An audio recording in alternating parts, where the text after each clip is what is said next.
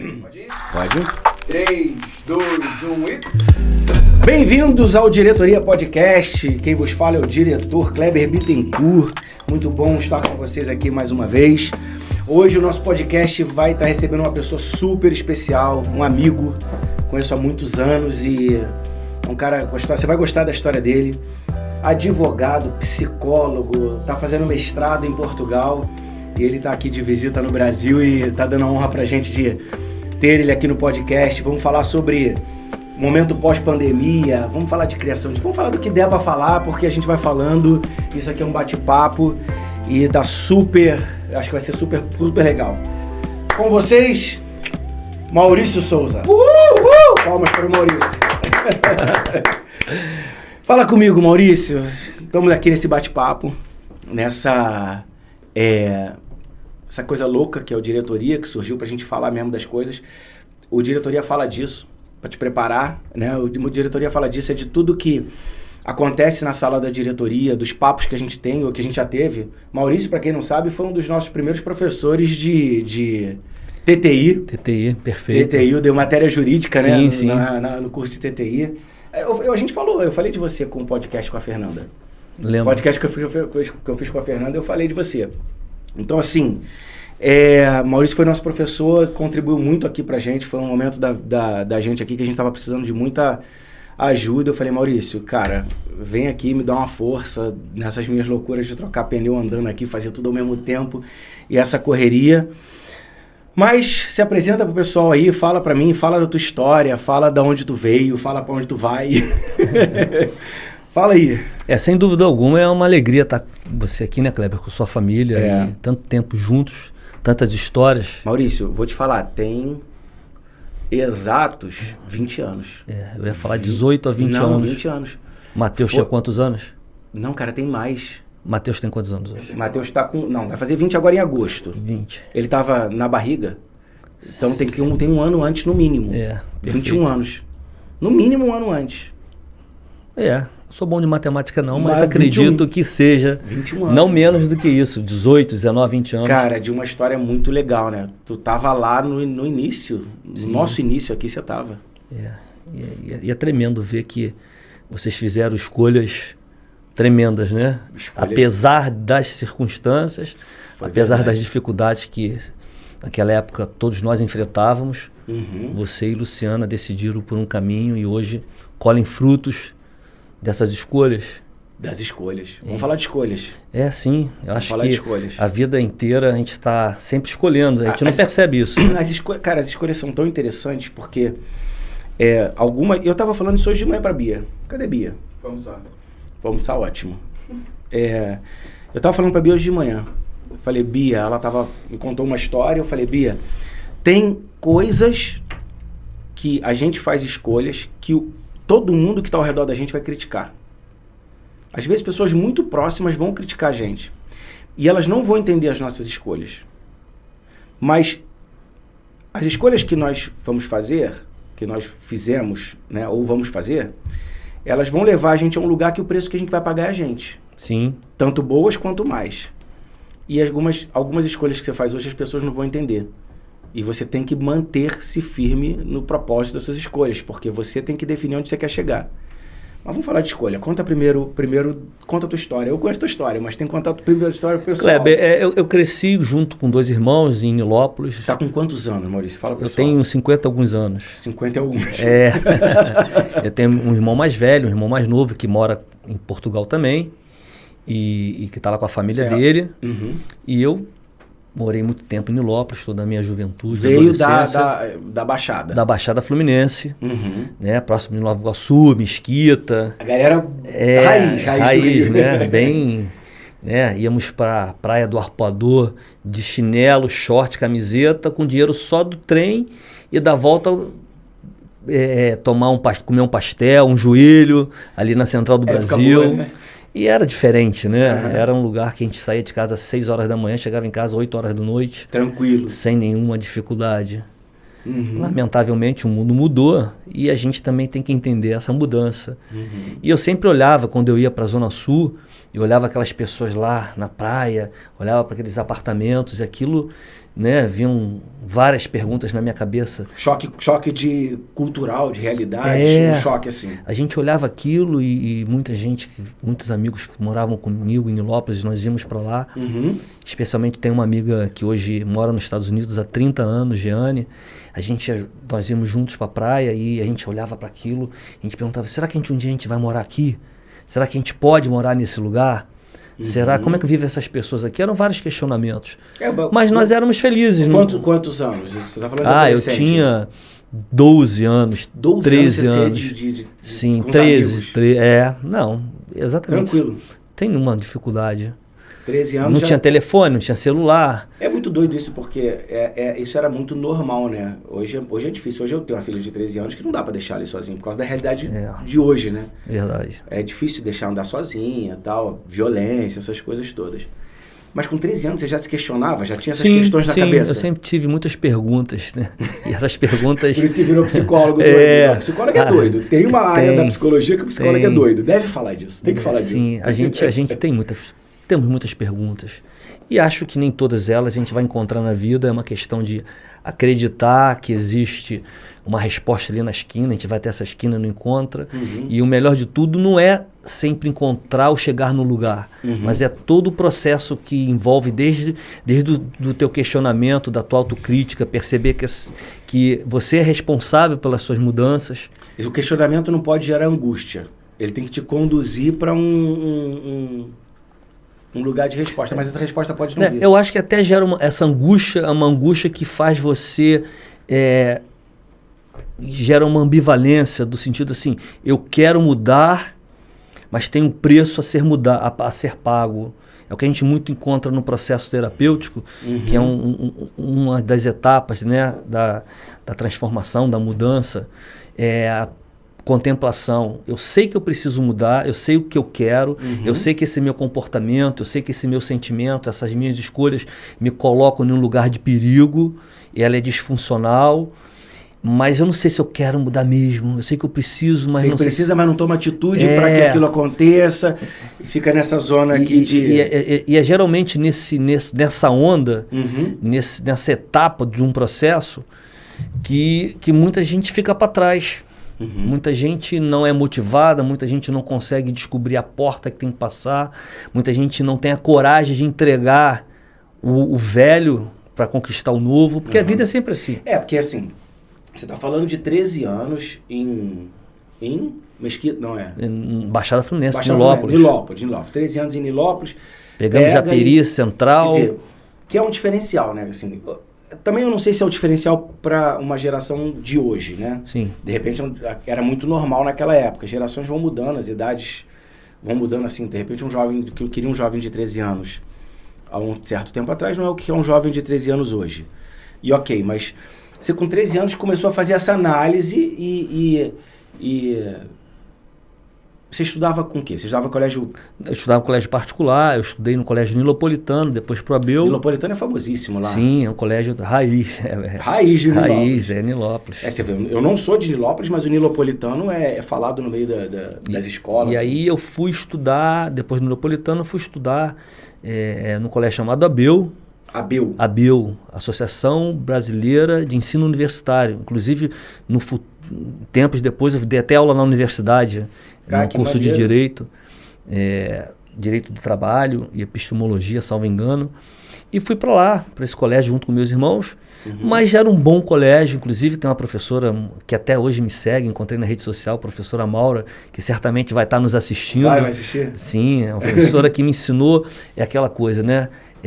Que é o ofício do professor, fazer a pessoa amar o que você está ensinando. Gerar nas pessoas uma vontade por aquilo que elas às vezes nem sabem. E eu detestava matemática. Não sou muito fã não, mas ela conseguia tirar o melhor de mim. Numa época de muito...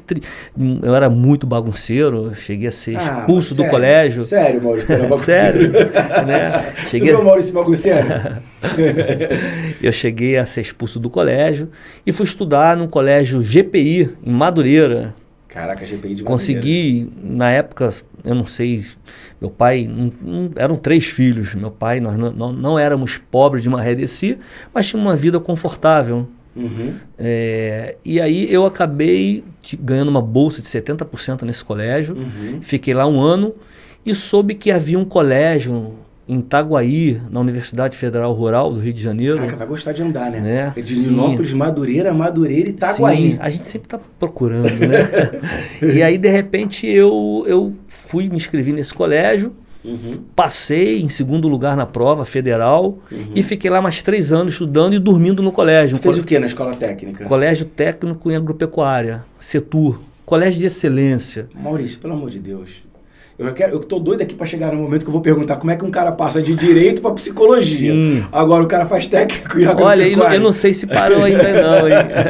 Eu não sei se parou, Aí tu foi estudar na Rural. Fui na Rural, fiquei lá durante 3 anos, foi um lugar ímpar na minha vida, de muita diferença. Então, você quando você estudou na Rural técnico, você morava lá? Ou você morava. Meu pai inicialmente alugou um quarto dentro de um, na época, hoje eu entendo, um hostel. Era a casa dos terrores, sabe? Era horrível o lugar. Cara, mas eu vou dar uma parte nisso aí. Deve ter feito você crescer muito, né? Você tava com quantos anos? Eu tava com 15, 16 anos. Então, eu sou pecador nessa seara, tá? Eu vou confessar por quê. Porque hoje, com maturidade, eu entendo que é muito bom essa filosofia americana. Que o cara termina ali, vai estudar, vai ter uma vida dele, isso amadurece muito jovem. Eu não fiz isso com meus filhos, né? Matheus está aqui. A gente tem a cultura do brasileiro, manter o filho aqui nas asas dos pais, né? Você fica com teus filhos protegendo, super protegendo. Mas assim, toda história que eu escuto de um jovem que vai estudar sozinho e tem que passar os perrengues dele, desde lavar a louça dele ou ter uns determinados tipos de responsabilidade, mas nessa época ainda com a cobertura dos pais, de repente que ajuda a pagar um aluguel, que faz alguma coisa, o cara amadurece muito rápido, né? Essa experiência é boa, assim, pro jovem. Eu aconselho, se eu tivesse dar um conselho, eu ia falar... A verdade é que a gente ensina o filho, depois que a gente ensina, a gente só supervisiona. Por exemplo, a criança está lá desfraldando, você ensina o caminho do vaso, né? Ela vai lá, você limpa, você faz a higiene da criança e quando ela cresce, você não continua limpando ela. Você ensina seu filho a arrumar a cama, a um determinado momento, é ele quem arruma a cama. A criança começa a arrumar o prato dela, ela pega o prato, põe na pia e lava o prato dela. Nós não fomos treinados para isso. Não fomos. A verdade é que, assim, quanto mais eu fizesse pelos meus filhos, era o entendimento de que me parecia que mais nos amava. E na verdade, hoje, que a gente às vezes encontra aqui no consultório, muitos adultos que foram castrados pelos pais. Por querer amar. Os pais amaram tanto que não deram autonomia para esses jovens se desenvolverem. Então hoje eles estão casados, são casados, não tem competência funcional de arrumar uma casa, de lidar, de fazer compras. E acha que casa com a mãe, casa com o pai. E aí Não, isso acontece direto, acontece aqui na escola. Eu tenho assim, adultos, a gente é uma escola de jovens e adultos. Sim. Então eu tenho adultos. Quer dizer, 18 anos é adulto, correto? Pelo menos deveria ser. Tá ali na faixa. Tá na faixa de ser adulto. Hoje a gente diz que vai até a adolescência, vai até os 23, 24 anos. Eu tenho adultos, até 20 anos, 22, que a gente às vezes conflita por um problema. Pô, o cara vem com a mãe. Acredito. Para resolver um problema de nota. Eu digo, caramba, eu acho que desde os 16 anos eu tenho empresa, trabalho, faço essas coisas todas. Tudo bem, não precisa ser precoce. Mas eu vejo uns caras com 20 anos... não resolve nada. E eu acho que vem um pouco dessa disfunção. Eu vou te falar, nem tem condenação, porque hoje, com mais maturidade, observo e vejo que eu podia ter soltado um pouco mais, ou... Quer dizer, eu não sei da realidade do Rio de Janeiro, que a gente vai voltar a trazer para isso, que a gente segura com medo de tudo que acontece aí fora. Mas assim, o Matheus é um que vai fazer 20 agora mês que vem, eu tô doido pra dar um pé na bunda dele. Né, Matheus? Que isso? Hã? Como é que é? Finge que não ouviu. Porque às vezes a gente acha que eles não têm condições, acreditando que se eles tiverem condições, a gente não vai exercer mais o nosso papel. Eu tô entendendo. Entendeu? Às vezes a maneira da mãe, eu vou arrumar a cama do meu filho, eu vou fazer a jantinha dele, eu vou fazer o almoço dele, eu vou deixar já pronto. Isso é muito interessante, é válido em algumas situações. Para ela talvez é uma forma até de mostrar amor e carinho e cuidado. Sim, mas eu tenho muito cuidado e presto muita atenção naquilo que a gente chama de excesso. Quem é muito é porque é pouco em alguma coisa. Quem é um pai extremamente... Aqui não é uma teoria, não. É apenas uma experiência. Uma leitura daquilo que a gente tem de consultório, da própria vida e daquilo que a gente lê também. Quem é muito em alguma coisa, há de ser menos em outra. Eu tava... Tô lembrando aqui agora. Eu fui num evento uma vez... E ele teve uma discussão sobre criação de filho, né? Aí o cara falou assim, um palestrante falou assim, a chupeta é bom que ela acalma a criança. Só que a chupeta tem a hora certa de ser tirada, porque senão ela entorta os dentes. Aí o cara falou, aí eu me lembro, tu me falou aqui, eu lembrei dessa frase. Chupeta é bom porque acalma, mas em excesso ela entorta os dentes. Então, muito cuidado com aquilo que você dá pro seu filho. Sim, sim. Bem... É tudo a medida, o tempo, tem todas essas questões que a gente tem que entender. E aí quando, né, voltando quando você falou lá da Universidade Rural, a gente não percebe que algumas situações nas nossas vidas são colocadas como uma oportunidade de aprendizado, de crescimento e desenvolver competências, comportamentos, sentimentos, posturas que vão ser necessárias para um futuro. Ali, a vida já estava me ensinando a não estar mais dependente dos meus pais, porque logo em seguida, após o término do meu segundo grau, do técnico, da escola técnica, da escola técnica, eu optei de morar em outro estado. Para fazer um outro curso de especialização. Um outro curso. E aí... Quer dizer, se não tem esse desvínculo... Eu acho que até iria, mas eu teria muito mais sofrimentos. Eu poderia gastar mais tempo lidando com a maneira de estar longe do que com a forma de me adaptar àquela nova cultura. Aquele novo estado que eu estava em Goiás. Você foi para Goiás? Fui para Goiás. Quer dizer, você está falando de quanto tempo atrás, Maurício? 1989, 90.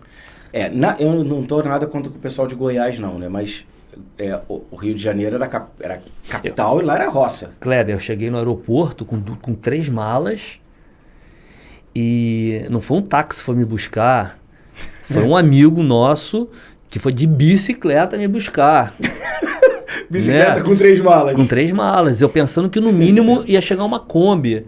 Uma van, algum carro. Né? Eu confesso que até uma carroça valeria a pena. Você assustou quando foi de bicicleta? Porque eu cheguei no aeroporto Santa Genoveva e quando eu cheguei lá, assim, aterrissava, já era ali.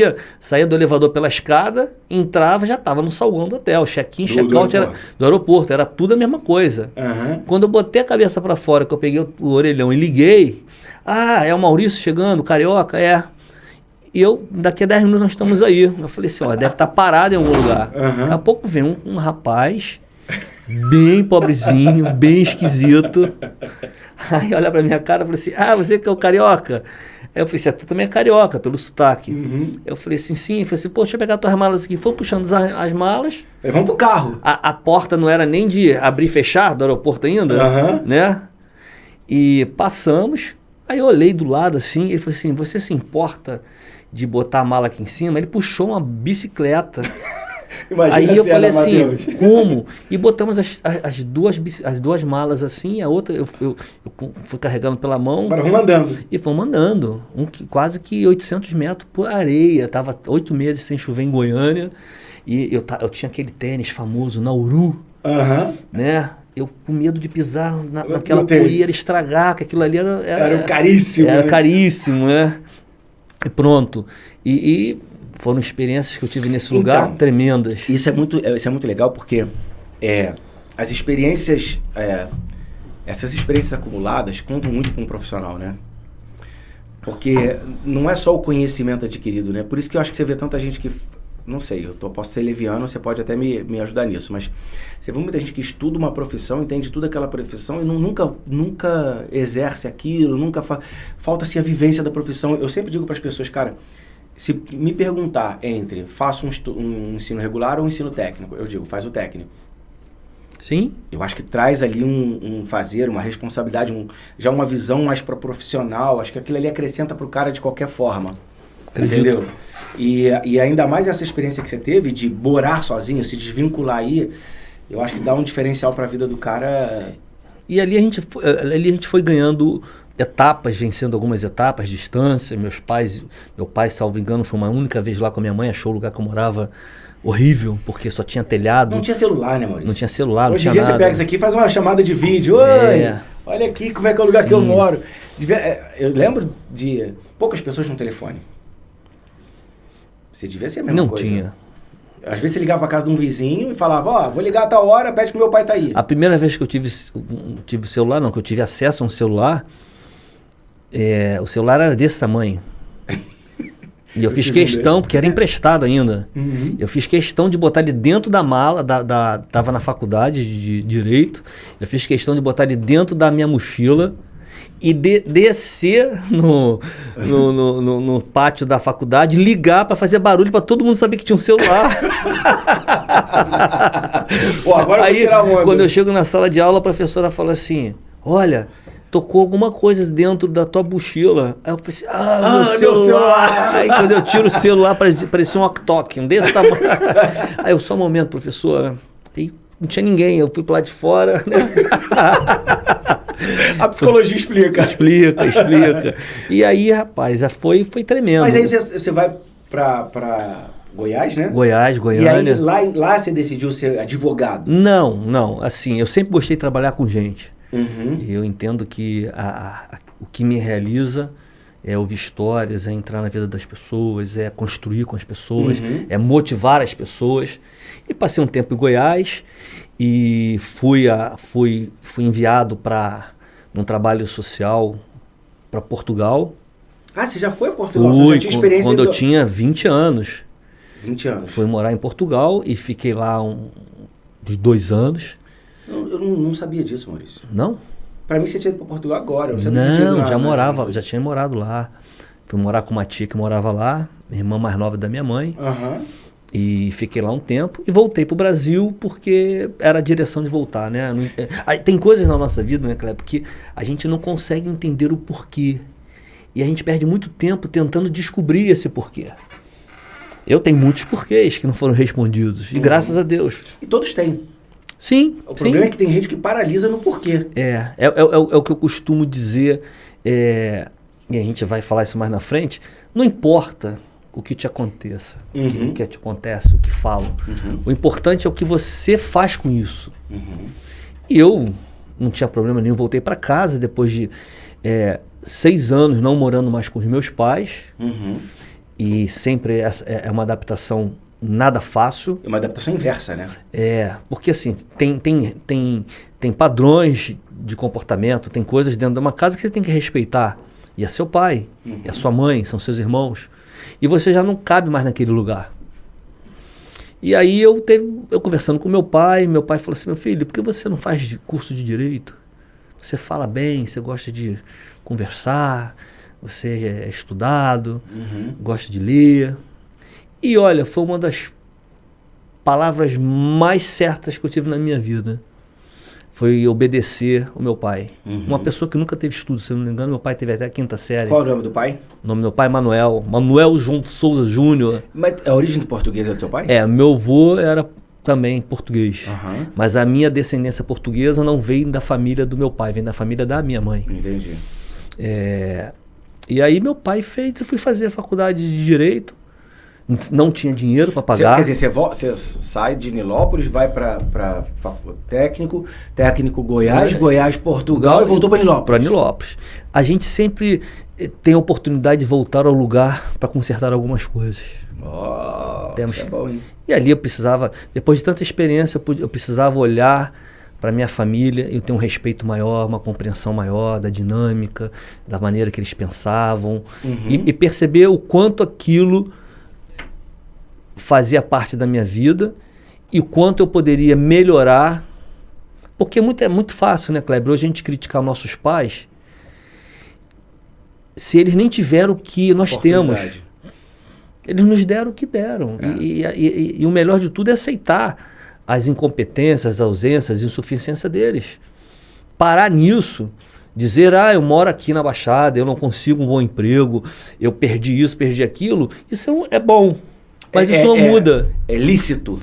Sim. Mas não vai trazer mudança. Não vai trazer mudança. Não vai mudar o resultado. Olhar pro problema, ficar olhando pro problema...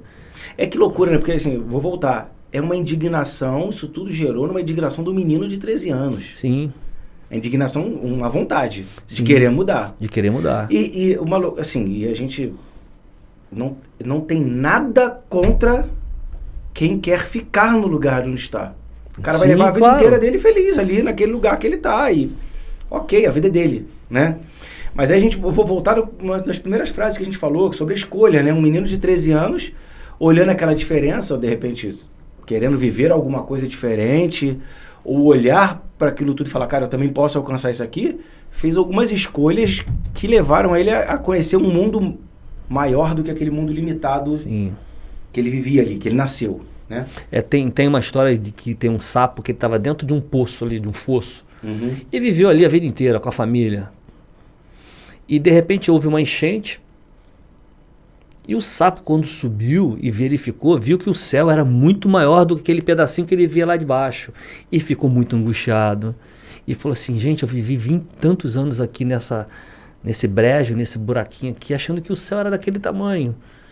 E é normal, essa angústia que as pessoas sentem, esse descontentamento, é preditivo para o lugar que você tem que chegar. Ninguém chegou, sadio. Ninguém chegou onde chegou porque acordou, eu quero mudar, não. Essa inquietação que às vezes as pessoas sentem de querer, eu preciso estudar, mas eu tenho essa dificuldade, eu não tenho dinheiro, eu não tenho tempo. É aí que é a diferença. Esse é a ignição. Primeiro precisa olhar, que a gente tinha falado anteriormente da contemplação, pré-contemplação, contemplação de que assim, tem ambivalência. Eu tenho uma situação social, eu não tenho estudo, eu não tenho pai, meu pai é alcoólatra, minha mãe é isso. Isso tudo são verdades que não são imutáveis, são fatos que não vão mudar. Perfeito. Ou você faz disso uma oportunidade para chegar ao lugar que você quer, ou você vai repetir a história. Vai continuar dentro do poço, Sim, ali, vendo aquele pedacinho de e a céu. verdade, Kleber, é que as pessoas não percebem que nós somos fiéis às nossas histórias familiares. Nós repetimos as nossas histórias familiares. E dizem que quando a gente trai essa história, é que a gente é verdadeiramente liberto, onde nós verdadeiramente chegamos no lugar que nós temos que chegar. Se você olha para a sua família, você vai perceber que você repete o padrão comportamental e muitas vezes, Kleber, um padrão de que você menos gostava. Não, isso é... Eu às vezes, já falei para meus filhos, eu vou levá-los até uma determinada degrau. Daquele degrau para frente, eles têm que seguir a vida deles. Eu nunca exigi que meus filhos fossem diretores de escola. Cada um, né? Filho de peixe, peixinho tem que seguir. Não, pelo amor de Deus. Mas eu às vezes me vejo com gestuais e com formas de pensamento que eu vou usar a palavra repudio, né? Mas que eu repudio, mas que vem de uma história familiar. Eu me vejo coçando o nariz igual meu avô e meu pai coçava. Ou meu pai coça, até hoje meu pai tá vivo, mas meu avô coçava. Eu vejo eu me vejo às vezes numa cenas que eu falo, cara, esse aqui é escarrado meu avô. E até o gesto não tem nada a ver, beleza. Mas e quando isso reflete num comportamento ou numa escolha que eu não quero mais? E vira e mexe, eu vejo... você tem aquele ímpeto, né? Porque tá gravado Sim. no DNA. Você tem aquele ímpeto, aí você tem que segurar aquele ímpeto e falar, calma aí. Não é isso. Você volta, dá 2 passos para trás, reflete, pensa, e depois toma uma atitude não de acordo com o que você está acostumado, mas toma uma decisão ou uma escolha de acordo com o lugar que você quer chegar. Essa trava que é difícil para você. E esse é o grande segredo, você identificar aquele comportamento que não cabe mais nessa relação que você tem hoje. Uhum. Muitas pessoas elas repetem o padrão de marido que viu no pai com a sua mulher. E é terrível. A sua mulher não é a sua mãe. A sua mãe aturava o seu pai por N motivos. E não significa que a tua certos mulher vai te errados. Não, significa que ela não vai te aturar, não precisa te aturar. Eu vou falar com muito respeito aqui, eu não consigo entender uma pessoa aturar um comportamento disfuncional que te machuca, que te subjuga, que tira a tua autonomia. Eu estava conversando semana passada, eu vou expor porque ela falou aqui no nosso podcast, com a dona Sônia, né? Uma mulher negra, sofrida, abandonada com 7 meses de idade, foi criada por um casal, um homem negro e uma mulher branca, e sofreu um bullying no colégio por ela ser negra e o pai Sim. ter uma condiçãozinha e botar ela e tal. Isso bloqueou a vida educacional dela, né? E aí ela cai num relacionamento doentio. E aí ela falou, ela não citou muito, ela falou pra mim, aquele relacionamento apagou quem eu era. E ela apagou a dona Sônia Alegre, apagou um monte de coisa. E só quando eu me vi livre daquele relacionamento é que eu voltei a ser essa mulher que eu sou hoje. Quer dizer, quantas pessoas, por causa de se permitir ficar nessa coisa doente... Porque a gente já tem esse padrão de se relacionar. As pessoas me subjugam, me diminuem, me colocam na prateleira e eu vou buscar alguém que vai fazer a mesma coisa.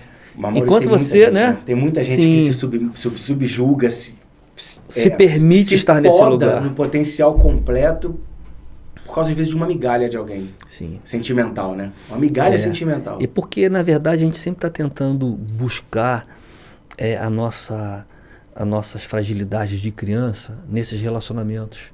A gente acha que a esposa, o marido, vai nos dar o que nossos pais não nos deram. E a gente repete esse comportamento infantilizado, essas manias de depressão, tristeza, de angústia, medo, insegurança, querendo que o marido ou a esposa venha abraçar, venha beijar, como o pai não fez, nem a mãe fez. Ele repete para ver se o marido faz. Repete e não vai encontrar. Não vai encontrar. Isso é muito doido. Eu falo para as pessoas, depois que você... tem estudo sobre isso, que essa área de psicologia, de ciência humana, são as que mais vão crescer nos estudos, né? São as faculdades que vão mais ser procuradas. Aí o pessoal falou, porque o pessoal vai ficar mais doente? Aí eu falei para uma pessoa assim, eu acho que não é porque o pessoal vai ficar mais doente. É que o pessoal vai entender que tem uma doença emocional, que não se falava nisso, né? Sim. No passado não se falava nisso. A pessoa tinha todos os traumas e tinha que morrer com aquela... Mas por outro lado, a gente tem que tomar cuidado, porque a gente, às vezes, nomeia a pessoa por conta de uma doença ou de um comportamento que ela apresenta. Eu vou trocar doença, porque não é doença, é disfunção. Pode ser disfunção, doença, mas independente se a pessoa tem uma doença ou não, as pessoas hoje estão muito preocupadas em diagnosticar qual é o teu problema. Qual é o problema daquela criança? Qual é o problema desse casamento? Mas precisamos entender que antes de conhecermos a doença, nós temos que conhecer quem tem a doença. A pessoa não é a doença dela. Ok. Consegue entender a diferença? Porque assim, se a criança... É o que a gente faz muito errado, que muitas pessoas fazem errado. A gente corrige o comportamento, a gente não toca na identidade dos nossos filhos. Você não vai falar para o seu filho, filho, você é um mentiroso. Meu filho, você é isso, você é aquilo. Não, meu filho, esse comportamento não é correto. Mentira não é correta. Meu filho, tomar essa coisa do teu colega não é correto, porque é dele. Não é que você é um ladrão. Você é um ladrão, você é um bandido, vai ser igual a fulano de tal. Você está proferindo, está profetizando, declarando, e isso vai constituir uma crença. E que vai estourar lá na frente. Kleber, as pessoas não conseguem entender isso. Isso é o que tem mais de moderno. É mais moderno, que está um pouquinho já ultrapassado. Toda a ciência hoje, a nível de comportamento, de PNL, de coach, tudo se volta para o princípio de que a minha vida, que é o princípio da teoria cognitiva comportamental, os meus sentimentos, os meus pensamentos, os meus sentimentos, as minhas reações fisiológicas estão condicionadas, são desenvolvidas durante a infância, mas estão condicionadas às minhas crenças. A maneira que eu me comporto hoje está relacionada ao meu sentimento que está fundamentado na minha crença. Consegue perceber isso? Por isso, hoje a gente tem que entender o seguinte: o que você está lendo? O que você está se alimentando? O que você está se alimentando? O que você está assistindo na televisão? Porque isso é capaz de gerar um sentimento em você, um pensamento, né? Vai gerar um pensamento. Eu vou falar. Consegue entender a lógica? Eu vou trazer isso para prática, né? Vou dar um exemplo prático disso. Hoje nós estamos gravando, vai ao ar na quinta, mas hoje é sexta-feira, né? Uma semana anterior. Foi quando eu consegui a sua agenda, tão importante, vindo de Portugal, né? Mas a gente tá gravando hoje e ontem nós tivemos aquele negócio do alemão, né? Sim. Aquele enfrentamento, polícia lá e tal. Cara, hoje de manhã tinha um áudio no meu WhatsApp. Cuidado que eles vão parar o Rio de Janeiro, vai ter quebra-pau, vai ter isso, vai ter aquilo. Eu falei, cara, eu já nem escuto muita notícia para não ser influenciado por isso, porque isso te paralisa. Sim, claro. Você se alimentou de medo. Eu falei, eu tô cheio de coisa para fazer, cheio de... Cara, eu não vou me permitir ser dominado por esse medo. Isso não é mais um dia da minha vida que eu vou perder. É aquilo que você falou. Isso está acontecendo. Isso é real. Eu não vou poder mudar isso, mas isso também não vai poder me paralisar. Eu falei, cara, eu vou pra escola, vou gravar o podcast, eu tenho tanta coisa para fazer, isso não pode me deixar trancado na minha casa. Mas a mídia trabalha dessa maneira, nós trabalhamos dessa maneira, o tempo todo nós estamos recebendo inúmeras informações. Uhum. Essa informação se conecta com aquilo, com a minha experiência emocional, vivencial. Uhum. E aí, exemplo, você vê uma pessoa, por exemplo, eu estou andando lá em Portugal 2 horas da manhã. Eu saí da universidade, eram 10h45, pegava o metro, né, que é o nosso metrô, para até chegar na minha casa levava 1 hora. De metrô, 2 horas da manhã? Não, chegava em casa tipo 00:15. Eu tinha que andar um pedaço de uns 600, 700 metros para ir para casa onde eu morava. Uhum. Eu estava andando na rua, eu olhava para trás, vi um homem, eu falei assim, vou ser assaltado. Porque a minha realidade era outra. Uhum. Eu começava a suar, todo coberto com casaco, com cachecol, só o olho de fora, eu começava a suar, dava uma adrenalina. Por quê? Meu pensamento é, a minha experiência, a minha crença está baseada de que estou sozinho na rua. Então eu sou um alvo fácil. Um alvo fácil, vem alguém atrás de mim, vai me tomar meu celular. E o que acontece? O meu sentimento era o quê? De medo. Qual a minha reação no meu corpo? Anda rápido, corre. Eu acelerava. Eu acho que o cara de pensar assim, esse cara é maluco. Eu acelerava. 1 hora da manhã, por que você tá correndo de casaco em Portugal? Porque o princípio da realidade, baseado na minha crença, era eu sozinho na rua, sou um alvo fácil. E quantas pessoas estão limitadas hoje assistindo esse podcast, que estão em casa sem tomar atitude na vida, sem tomar uma atitude de mudança, porque estão traumatizadas de infância, de realidade que viveram, de tudo. Sim. Vamos falar de trauma, né? Eu não sei quantos conseguem ver aqui, eu tenho uma cicatriz aqui no rosto. Dá pra ver? Dá pra ver. Né? Que quando aconteceu, né? Essa violência, eu estava pendurado no muro em Caxias, fiquei pendurado, entrou um negócio aqui, fui levar no hospital, levei ponto, doeu muito. E todo mundo gritava, vai morrer, vai morrer. Então eu associei sangue à morte e eu desmaiava. Então depois daquilo ali, qualquer coisa que você via sangue, eu desmaiava. Criou um trauma, criou uma história em mim, na minha emoção, no meu corpo. E o tempo foi passando, até que a cicatriz ficou boa. Uhum. Mas algum componente emocional estava dentro de mim que me conectava a sangue. Uhum. Então, sangue era um gatilho. Eu nunca conseguia atender alguém, se passasse alguém mal na rua, eu não conseguia ajudar a pessoa. Porque aquilo, sem eu perceber, me paralisava. Uhum. Porque quando aconteceu o acidente, a pessoa me tomou no colo, vai para o hospital, vai morrer, não sei o quê. E eu fiquei trauma. À medida que você vai amadurecendo, fazendo esses enfrentamentos, hoje eu olho, para o sangue não tem mais problema. Eu olho para minha cicatriz, eu toco e não sinto dor. Ou seja, o trauma é algo que pode te paralisar. Uma experiência adversa é algo que é capaz de mudar o seu destino. E hoje a gente encontra muitas pessoas não querendo voltar a estudar, não querendo assumir o lugar que elas têm, por palavras que foram ditas. Você é incapaz, você vai ser igual ao seu pai, não presta. Você é igual ao seu avô. E continua olhando o céu só daquele pedacinho daquele pedacinho. Onde o poço permite que ele veja. Ele não tem amplitude de céu. Kleber, o mais incrível que são as pessoas que mais deviam nos proteger, nos guardar, foram aquelas que foram usadas para causar alguns traumas desses.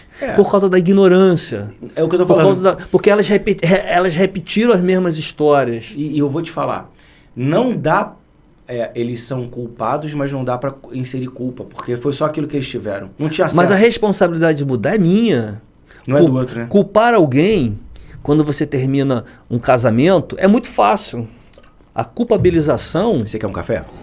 Não. Sem açúcar. Não, obrigado. O meu adoçante alemão. Ah, é? Não. Assim, culpar as pessoas pode ser uma maneira, uma tentativa de trazer algum tipo de conforto emocional, mas não muda a tua situação. Quando as pessoas procuram a gente estão numa crise de casamento, né, a minha abordagem sistêmica familiar, minha formação em psicologia, quando a pessoa chega lá, o marido fala, porque minha mulher é isso, meu marido é isso, aquilo, culpar não resolve o problema. Culpar não Ambos vão perder. Culpar não traz uma atitude de solução, né? Sim. Não traz resultado. A culpabilização, você culpar alguém, ela pode te resolver emocionalmente, no sentido de dizer assim, eu sou melhor do que ela, eu errei menos. Mas não resolve o teu problema, porque você vai perder. Toda a separação, ela sendo desejada ou não, sendo, como é que a gente diz, litigiosa ou não, um divórcio litigioso ou não. Aí você está entrando já no direito, que é a pergunta que eu quero saber. O divórcio sendo litigioso ou não, você tem perdas naturais, financeiras, emocionais, espirituais. Vai mudar. A perda vai existir, o negócio é como você vai lidar com ela. Vai lidar com ela. Você tem condições?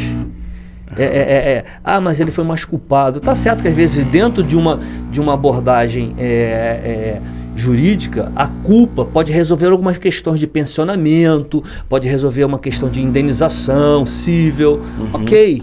Mas não é isso que a gente está falando aqui. Porque a pessoa que sai sofrida não tem dinheiro que pague.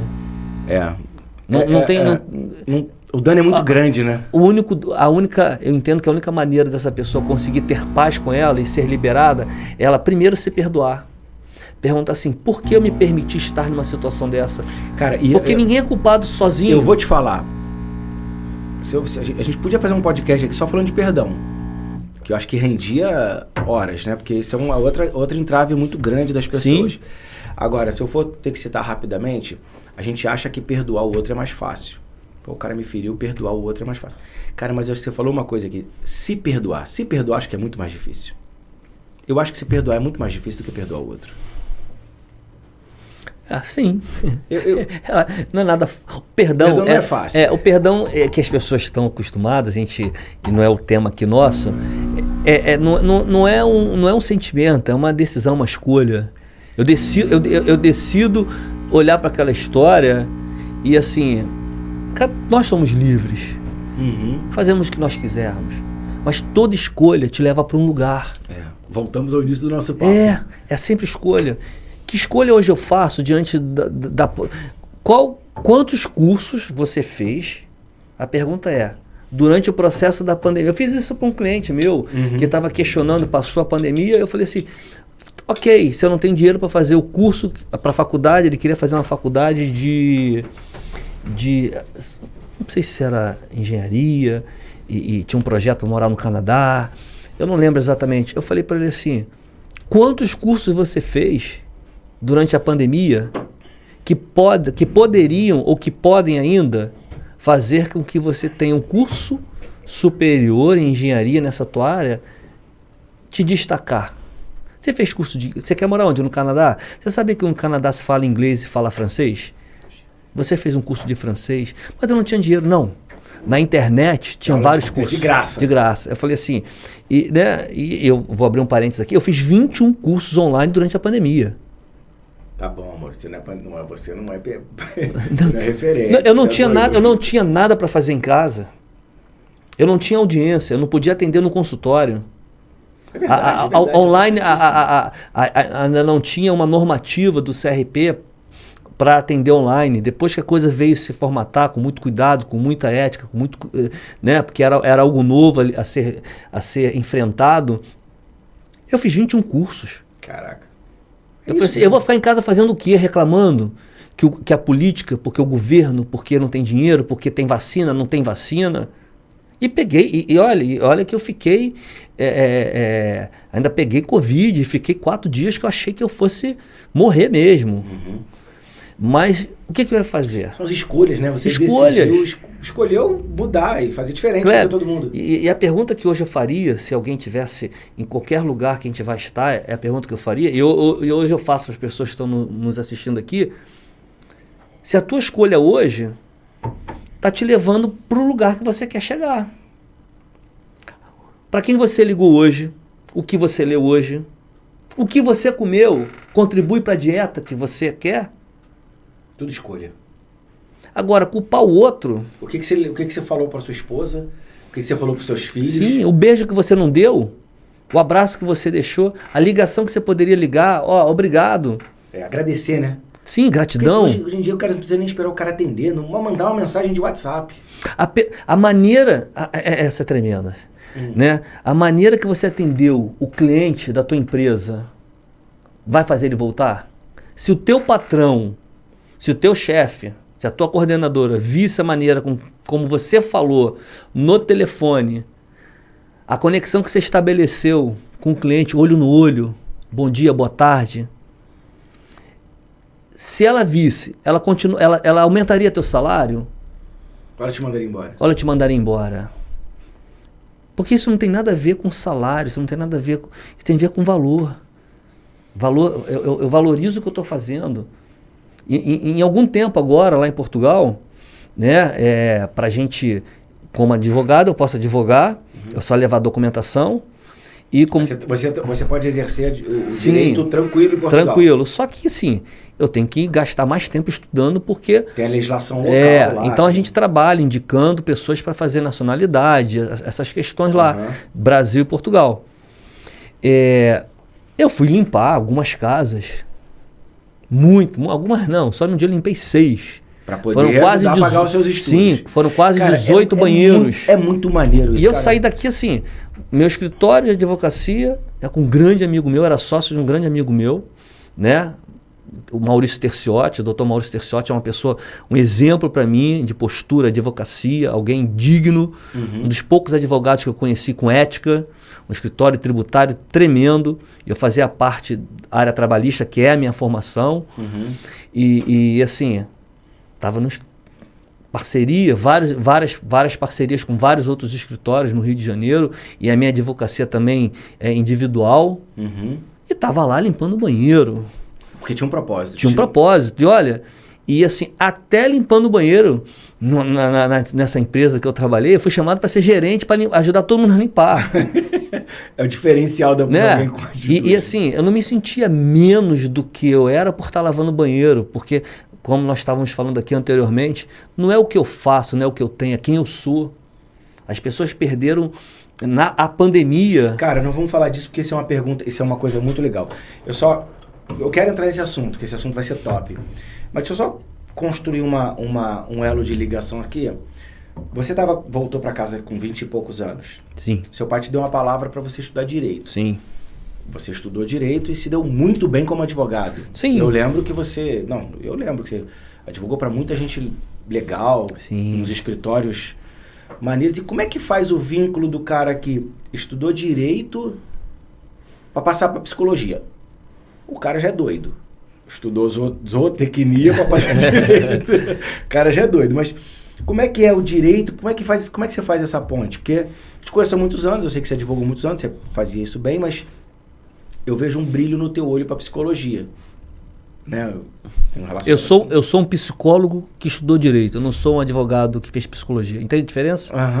Eu prefiro entender que eu sou um psicólogo que estudou direito. Mas como é que foi essa virada? Já estava com a tua vida estabilizada, trabalhando nos escritórios, sim, já estava com a tua vida formada, seu núcleo de clientes, essa estrutura toda. A gente já falou um pouco desse bichinho que dá dentro, que te faz umas coisas loucas na sua vida, ou no motor, na vida de qualquer um. Mas como é que foi? Como é que foi o start disso? A advocacia, por mais que a minha advocacia fosse uma advocacia a nível de pequeno para médio porte, eu consegui comprar imóvel, eu viajei mais de 38 países, eu tive carro e fui crescendo. Sabe quando você vai crescendo, você vai vendo que você pode, que você consegue? E você vai vendo que tudo que você escolheu tem tudo a ver com aquilo que você tem que estar ali fazendo. Vivendo, né? Você está conquistando. Sim, chegou um momento que, de repente, eu não tinha muito êxito em fazer acordos. Porque, exemplo, o pai morria. Uhum. E aí, 3 irmãos. O pai deixou de herança 300 mil. 100 mil para cada um. Fácil. Esses 100 mil estão materializados num imóvel. E aí, nós íamos lá para fazer a conciliação, né? Olha só, 100 mil para você, para o Kleber, 100 mil para fulano, 100 mil para fulano. Não, não quero 100 mil, eu quero 102 mil. Mas é matemática. Não, porque isso... As pessoas começavam a levar questões de demandas emocionais. E aí, eu comecei a perceber... Você de fora fala, cara, não é possível que esse cara vai abrir mão de 100 mil, dá uma confusão danada por causa de 2 mil. Ainda vai gastar mais dinheiro comigo. Quer dizer, se virar judicial, ele vai pagar, os honorários vão ser mais altos. É muito maior. Vai perder para mim, mas não perde pro irmão. Não importa ficar mais alto. Enquanto eu não faço acordo, eu consigo controlar essa família perto de mim.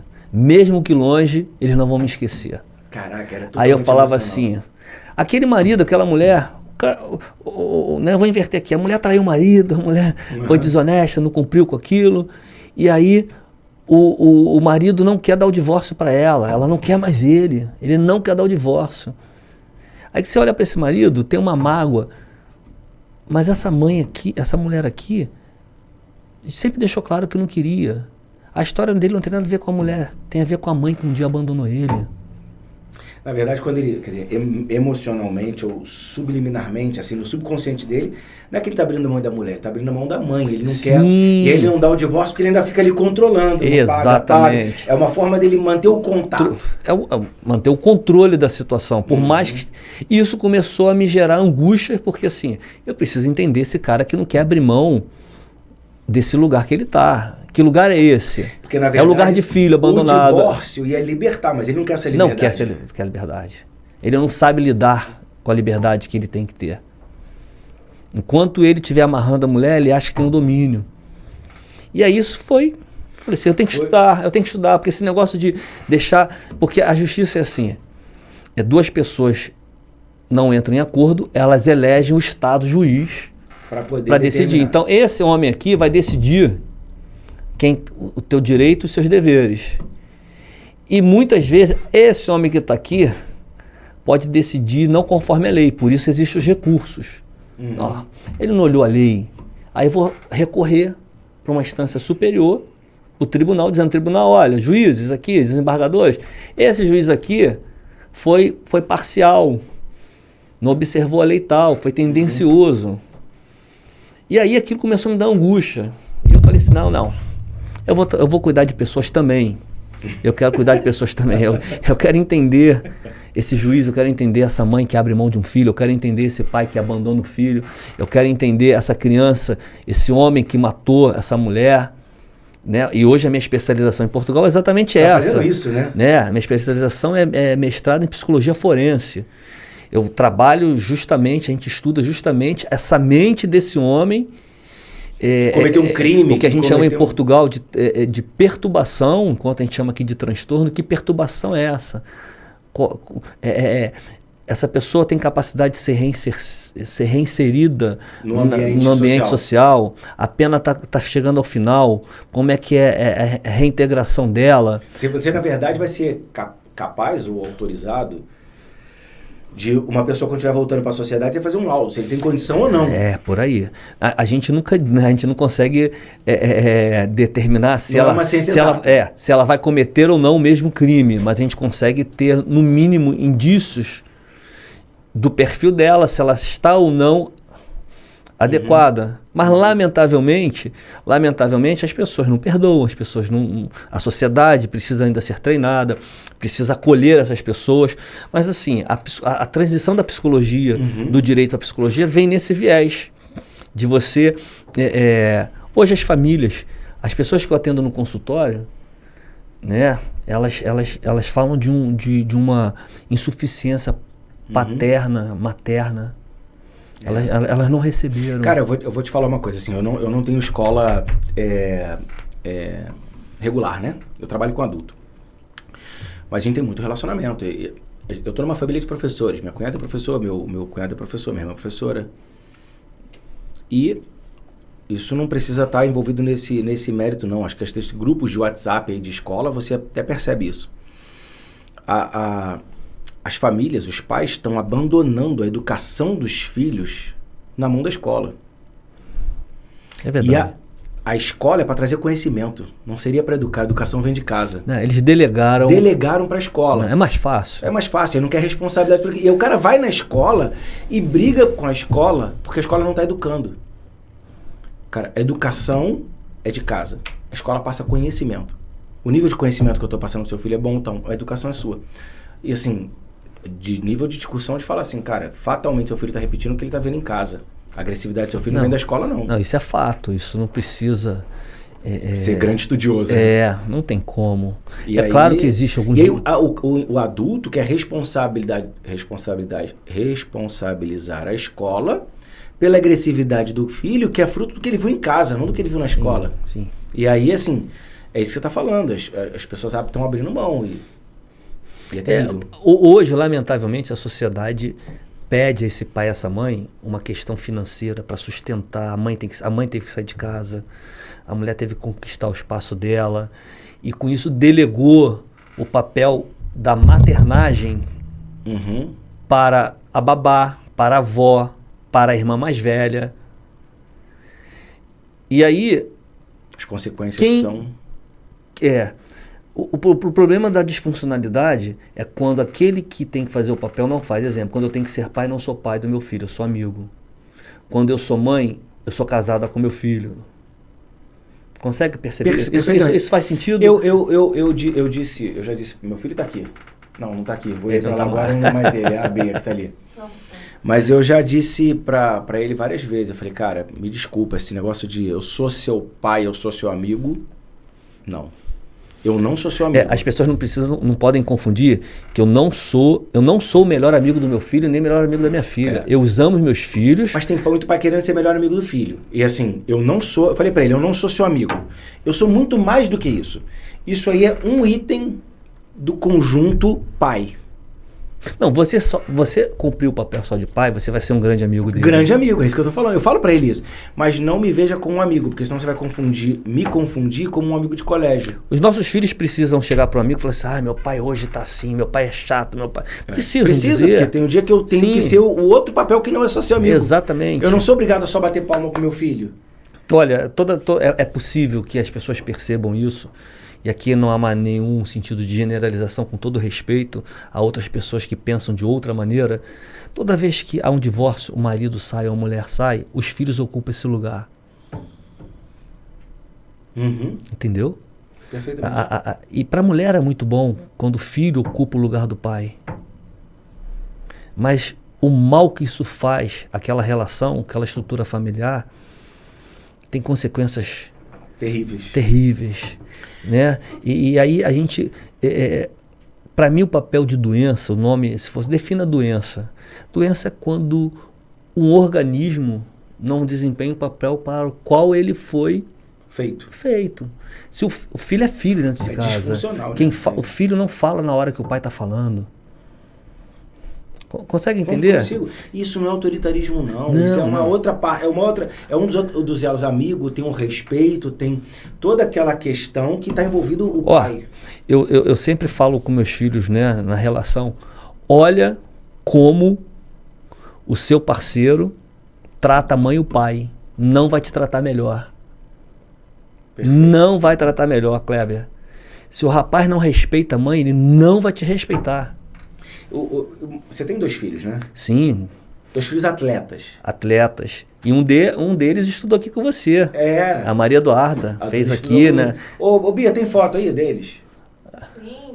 Coloca a foto aí dos Maria Eduarda, ela precisou viajar. Atleta, não tô falando de atleta, não. Tô falando de atleta de alto rendimento. Sim, alto rendimento. São campeões, tem inúmeras medalhas. Cadê? Dá pro pessoal ver. Bota aí. Meu filho Davi. Eles estão vendo só esse aqui agora. Meu filho Davi mora no Texas. Faixa preta, trabalha no jiu-jitsu, trabalha numa academia lá. Vive do esporte, vive pro esporte. Para o esporte, do esporte. E assim, óbvio, estudou num colégio muito bom no Rio de Janeiro e decidiu, pai, eu quero lutar. Na idade que ele tem hoje, olha... Lá um Open Salt Lake. Consegue botar naquela, onde fala as medalhas dele, abrir no Instagram dele?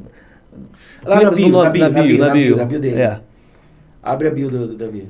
Olha só, 23 anos, 4 vezes medalhista mundial, pan-europeu, brasileiro, 2 vezes sul-americano, e tem outras milhões de medalhas. Não deu na bio, não deu na bio. Em 2020 ele foi campeão europeu. Só foto de medalha. Aí.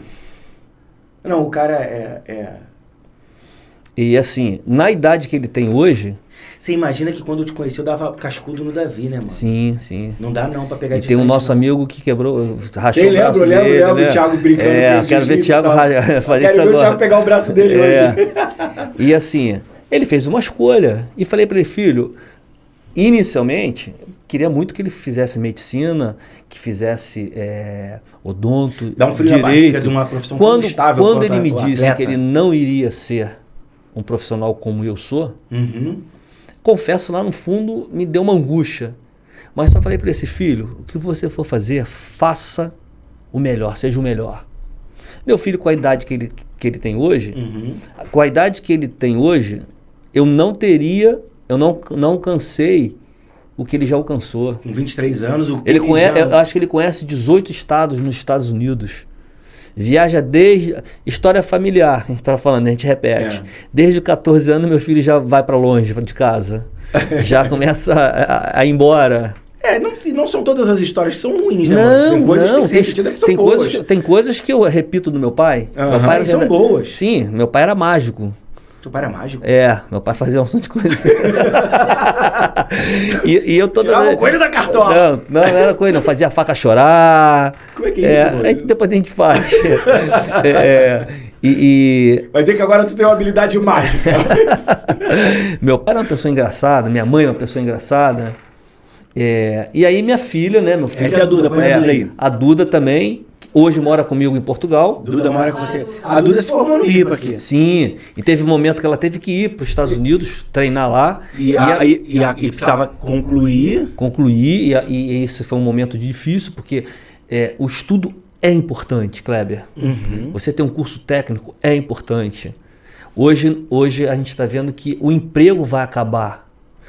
Esse negócio de ser empregado, carteira assinada, FGTS, a pessoa precisa começar a construir a vida profissional dela. Ser produtiva no que ela fizer. Sim. Hoje na Europa, lá em Portugal, se você tiver um curso técnico, você é muito mais valorizado que qualquer outra pessoa. É mesmo? Sim. Técnico de segurança, técnico de enfermagem. São coisas, são profissões lá que você... Escuta aí, sim, técnico de enfermagem bombando em Portugal. Sim. Você leva a tua equivalência para lá, você vai... Portugal é um país que aceita bem isso. Brasileiro, aceita. Maurício, vamos ver depois se arruma uma... Quando você voltar para Portugal, uma dica boa aí, ó. Arruma, de repente, uma pessoa de enfermagem em Portugal para falar da enfermagem em Portugal. Sim, pegar um brasileiro que está lá já... Né? E a minha filha teve que... Minha filha, a opção dela era... Não, eu lembro na época que a Duda fez com a gente, ela vinha de colégios renomados na Bahia, de alto padrão. E é uma dificuldade que ela veio... E a gente tem muito atleta aqui, tá? Tem muito atleta que estuda aqui no colégio. Porque essa questão do EAD, ele poder fazer a carga horária dele, ver o vídeo quando dá, e vir no momento presencial, ele encaixar uma agenda reduzida de presencialidade e tal, isso facilita muito, porque o cara treina 4. Quantas horas seus filhos treinam por dia? Umas 6 a 8 horas. 6 a 8 horas de treino todo dia. Sim. Quer dizer, um ensino regular não é compatível com uma vida de atleta. Então a gente tem muito atleta aqui, inclusive eu estou para trazer uns atletas aqui no podcast que... E aí eu apresentei para ela, né, essa ferramenta que poderia viabilizar o sonho dela, porque nós sabíamos que era importante, eu não abri mão disso. Aquela foto mostrou a Duda a faixa marrom, mas ela é faixa preta. Foi para Portugal agora. Uma das melhores, como nós somos portugueses também, ela está no top do top das portuguesas. É mesmo? Tem mais fotos? Tem. Depois abre dela aí, Tá. dá uma rolada no da Duda aí. Cara, é muito doido, né? Eu vi a Duda pequenininha, cara. Olha lá, a Duda faixa preta, ó. Faixa preta. Faixa preta. Faixa preta. Aí, doideira. E assim, ela tem um sonho, como meu filho tem um sonho. Eu, na idade dele, é não... muito doido que tu conversa com a Duda, ela é toda... Você foi Titinho, já tá Duda lutando? Parece um trator. O ladrão é sacudido nos outros assim, cara. Mexe com eles. Braba. Uma vez eu tava viajando com meu filho, fomos para São Paulo, aí fui pedir um aplicativo lá e o aplicativo não funcionava. Aí perguntei o cara que ia levar a gente e falei pro cara assim, quanto custa levar a gente para um lugar tal? E o cara falou um preço assim, exorbitante, quase a passagem de avião que a gente estava no aeroporto. Eu falei assim, Tom, tá louco, cara, muito dinheiro. Eu vou fazer aqui no aplicativo. Quando eu falei isso, o cara veio para cima de mim, me xingando. Eu me escondi atrás do meu filho e falei assim, mas é isso mesmo, você tá roubando. Ele botou ele na frente. Tá roubando. Tá roubando, rapaz. Tá pensando que eu sou bobo, que eu sou turista? Mas ela hoje mora comigo em Portugal, né? E o estudo facilitou muita coisa para ela. A estrutura aqui do IPA facilitou no sentido assim, dela fazer o horário dela de estudo, assistir a aula dela, fazer a prova dela quando ela tinha condições de fazer, quando ela estava preparada para fazer a prova. A questão da atenção que ela tinha para tirar dúvida, alguma coisa, tirava dúvida, coisa ela me perguntava, eu falava assim, olha, eu não sei muito, não é mais... eu já passei um pouco, isso, mas o que é isso? Olha, pergunta a sua mãe, né? e isso tudo favoreceu muito a ela. É que aquela história, Kleber, é que a gente estava falando de escolha. A mente que a gente tem hoje, ela nos levou até o lugar que nós estamos aqui. E se eu quero estar num lugar novo, eu não posso chegar nesse lugar com essa mente nova, cara, com essa mente agora. É muito legal porque assim, a vida de atleta, eu estava conversando com outros profissionais, né? Porque eu estou preparando uns podcasts de profissionais de alto rendimento que optam por ensino à distância. E eu estava falando com uns atletas e, assim... A vida do atleta de ponta, ela é muito curta perto do potencial, do tempo de vida que você tem útil. Sim. Então, assim, todos eles, os atletas de ponta hoje, têm uma consciência muito clara que precisam estudar. Um jogador de futebol, cara, com muito desempenho. Vou render até 35, o auge até 30. Mas, cara, 30 E anos depois? não é um terço da vida do cara. Sei lá, um terço. Vai ver até os 80, menos um pouco. Cara, mas não tá na metade da vida dele. Ele tem outra metade para viver. E vai ver como? Sem estudo, sem educação, sem oportunidade. Vai fazer o quê? Então os atletas hoje estão com muita consciência. Eu acho que assim, até o mercado dos atletas... O mundo mudou, né, Kleber? Mudou. Estão pensando muito nisso. E ela, assim que ela terminou o estudo dela aqui, né? Isso favoreceu muito para ela. E eu fui para Portugal. Aí ela foi primeiro, depois ela terminou aqui, ela foi para os Estados Unidos, eu lembro. Foi para os Estados Unidos, ficou lá um tempo e voltou para o Brasil. E veio pandemia, né? Veio esse troço doido. Essa loucura aí. Hoje até hoje a gente ainda usa máscara em Portugal, não está liberado 100%. Portugal não está liberado ainda? Não, você não entra no metro, nem no comboio, nem no autocarro sem uma máscara. É mesmo? Não entra. É muito legal, né? Porque assim, legal, quer dizer, terrível. Legal. Mas essas diferenças, né? Porque eu também fui aos Estados Unidos, lá tava tudo liberado. E aqui eu voltei pro Brasil, máscara de novo. E eu aqui fico achando que eu tô infringindo alguma coisa, porque eu fico querendo botar máscara. Eu fui ali na Tijuca com minha mãe, tira a máscara, quase que arrancou a cara. Mas mãe, as pessoas, não, que não tem nada disso não. Eu falei, mãe, por favor, deixa eu usar. Usa longe de mim, porque as pessoas vão achar que tu... Fala que eu cheguei... Tá infectado. Só não fala de onde que eu vim, vão achar que a gente tá cheio de euro no bolso, né? Não tem nada de dinheiro no bolso. E Maurício, assim, como é que tá pra você? A gente tem percebido, mas eu sou educador, mas não sou especialista na tua área. Como é que tá esse mundo emocional pós-pandemia? O que você tem enfrentado assim no consultório sobre os traumas dessa galera assim, 2 anos presa, 2 anos trancado num apartamento, 2 anos com os filhos, sem brincar, sem isso, sem vida profissional, sem atividade? Como é que tá isso aí no... Kleber, é interessante que as pessoas foram obrigadas a se relacionar com a mulher, com o filho. Isso foi. Eu, lamentavelmente, durante a pandemia, eu fiz uns 4 divórcios.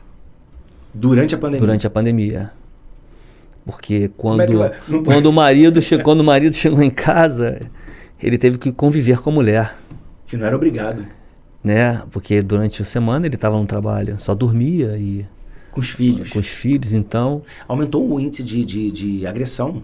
Sim, Agressão sim. infantil, né? Então assim, as pessoas começaram a perceber qual era a verdadeira realidade. Que não era diferente, foi apenas uma constatação.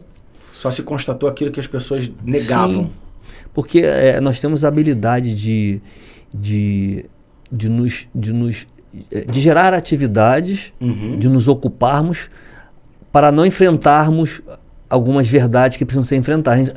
A gente diz assim, tudo que a gente adia, tudo que a gente tolera, a gente só adia. As pessoas foram tolerando um casamento tóxico, doentio, e que às vezes, Kleber, era só uma questão de ajuste.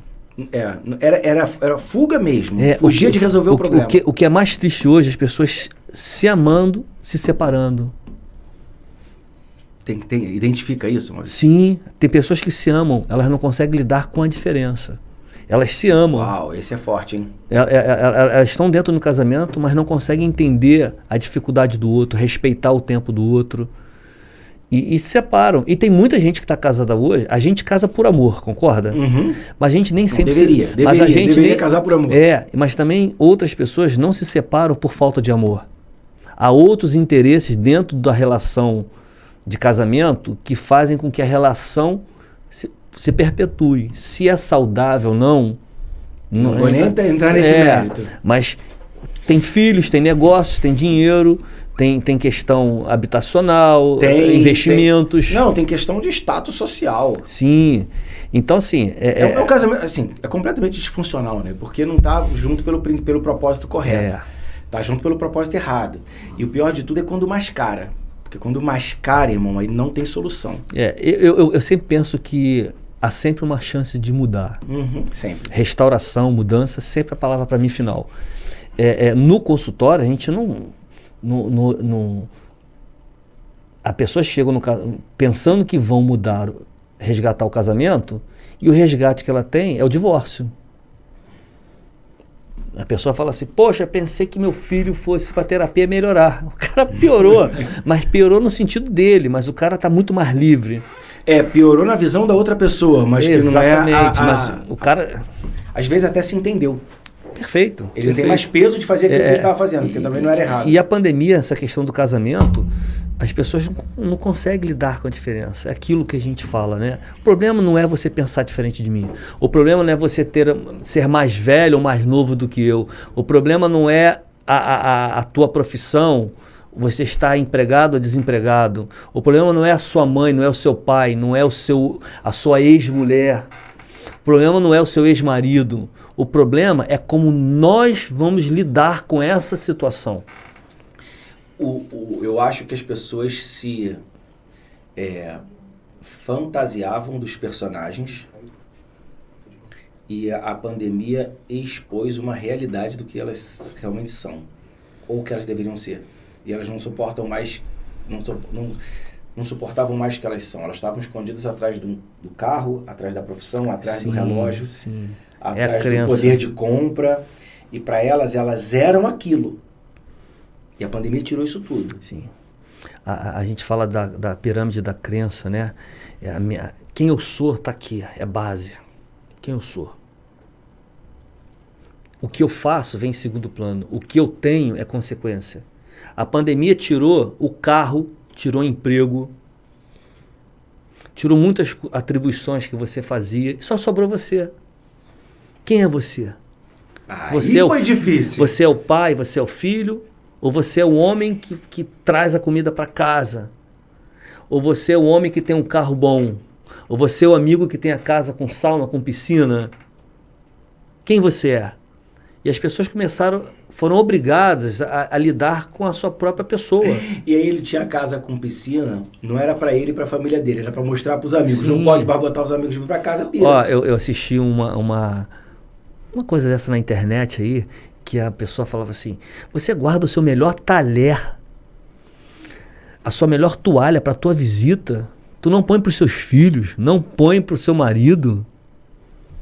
Não faz sentido a vida. Eu vejo, isso era muita coisa de antigamente, mas ainda tem até hoje, né? Eu vejo gente que fala, casado há 40 anos, eu tenho o meu jogo de xícara.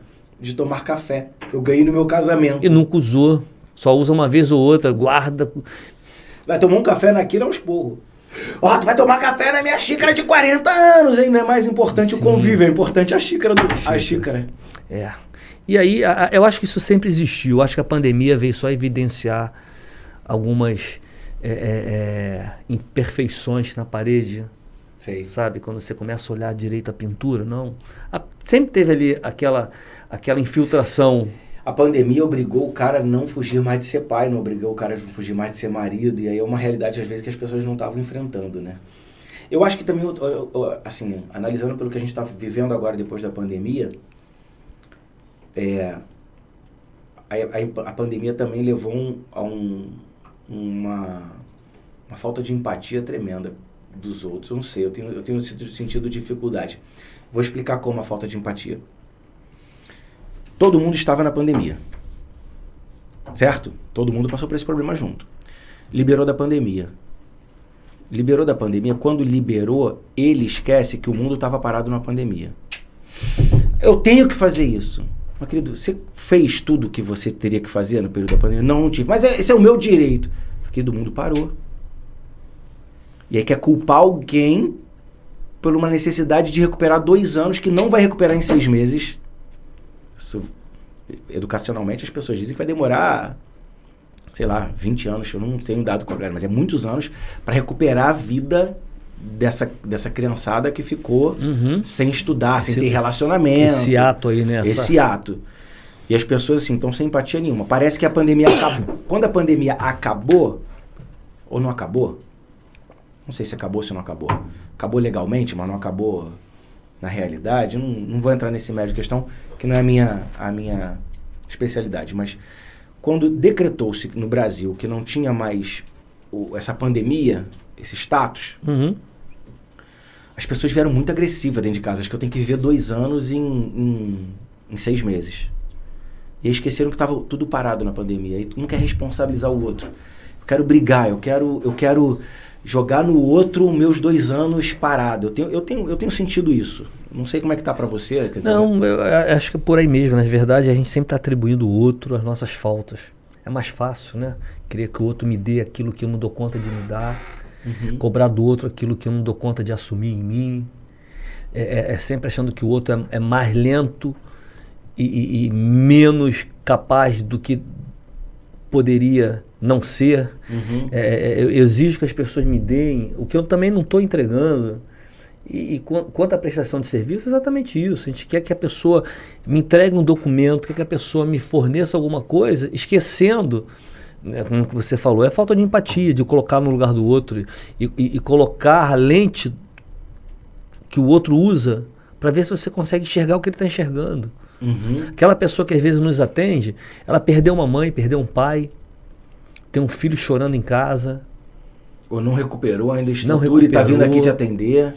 Exatamente. Ela tem a história dela e às vezes a pessoa chega aqui, eu chego em qualquer lugar. Eu tô falando isso porque eu vejo isso na fila do McDonald's, sabe? Assim, eu também sou meio observador, assim, de pessoas.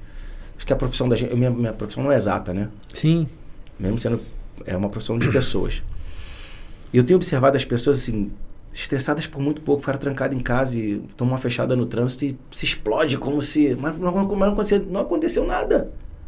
Por que a pessoa saiu daquele 0 a 100 assim, tão... Não, na verdade, sempre acontece aquela medida que a pessoa teve comportamental não pode ser não se justifica por uma questão, exemplo, há muito tempo atrás a gente atendeu uma moça que ela conheceu alguém pela internet e ficou 3 meses, Kleber, teclando na internet, num desses sites de relacionamento. E aí ela chegou no consultório assim, triste, angustiada, eu não acredito mais em ninguém, porque ele me abandonou. O mundo virou ninguém por causa de um relacionamento de 3 meses. Aí eu falei para ela assim, mas já sabia da história, só porque ele não foi no encontro, só. E aí, né, resumindo aqui, qual era o sentimento que ela tinha? De abandono. Como uma pessoa que ela nunca viu na vida, nunca encontrou, nunca tocou, ela idealizou. É o que a gente faz. idealiza um comportamento, uma pessoa, tal, tal. O sofrimento dela de abandono não tinha nada a ver. Ela manifestava ali um abandono pelo suposto affair dela, namorado. Mas o abandono que ela está experimentando era o abandono que ela sofreu durante a vida inteira dela pelo avô, que criou ela e do nada sumiu. Na verdade, foi um gatilho. Sim, a gente dá nome. Esses comportamentos que às vezes o marido, a criança ou alguém manifesta do nada, essa explosão, foi a última gota que estava ali. Transbordou ali. A maneira que eu estou gritando com você, a maneira que eu estou agindo com você, não tem nada a ver com você, fala de mim. Uhum. Entende? Se você que está recebendo ofensa, a gente tem que pensar assim. Essa maneira estúpida, grosseira, disfuncional, agressiva que essa pessoa está fazendo, tem a ver com ela, não tem nada a ver comigo. Uhum. E botar assim, certamente deve ter algum motivo. E se não tiver, isso não vai ser algo que vai ser impeditivo para eu entregar para ela um sorriso, um bom dia, boa tarde. Então a pandemia acho que foi encher o copo de muita gente. Muito, agora qualquer gota está explodindo. Qualquer gota está explodindo. Tem uma história que o senhorzinho ia todos os dias, todos os finais de semana com o neto na banca de jornal e pegava o jornal e falava assim, seu Joaquim, me dá aqui o jornal. Aí o cara entregava o jornal, aí o cara falava assim, falava vários palavrões. Pega, passa lá, toma aqui, enche o saco, toma. Uhum. E aí teve um dia que o neto falou assim, vô, por que o senhor continua comprando jornal nessa banca? Uhum. Aí eu vou responder assim, meu neto, ele não pode determinar a maneira que eu vou agir. Ele não pode determinar minhas escolhas. Consegue entender a grandeza disso? O movimento do outro, a fala do outro, a crítica do outro, não tem o poder, não posso dar o poder de mudar a minha vida, de mudar a maneira que eu quero. A maneira que você vai agir com as outras pessoas. Sim. E é outra coisa tremenda, outra história, que tem lá o velhinho, sempre um velhinho, né? com uma criança, né? O velhinho todo falava assim, meu neto, aposta no galo preto hoje. Ia lá pra praça. E aí o galo preto ganhava. Aí o avô, na outra semana, aposta no galo vermelho hoje. E o galo ganhava. E aí um dia o menino falou assim, vô, como que o senhor sabe qual galo que eu ganho, que vai ganhar? Aí o avô falou assim, filho, é simples. O galo que você mais alimenta é aquele que vai ganhar. Né? De que eu estou me alimentando? Qual é o Maurício? Qual é o João, qual é a Maria, qual é a Antônia, qual é a Gabriela, a Gisele, que você está alimentando dentro de você? É uma mulher forte, uma mulher que vai estudar, uma mulher que vai para frente, ou é aquela menina, aquele homem que está sempre todo assim, eu não vou conseguir. Não vai conseguir. Não vai, o galo botou comida naquele galo. Aquele galo, na hora do embate, de você escolher, você não vai ter força. Então, quando você começa, assiste sabe... Gasta meia hora assistindo o que a gente está fazendo aqui. Um podcast, você vai ler um livro, você vai assistir na televisão alguém que vai falar, é diferente. Agora, se alimentar da guerra do alemão... Não vai te levar. Não vai levar. Ou vai te deixar, vai fortificar você nesse lugar. Vai concretar seu pé ali onde você está paralisado. Enquanto eu estiver escolhendo o que estou escolhendo hoje, eu vou continuar colhendo os frutos dessa escolha.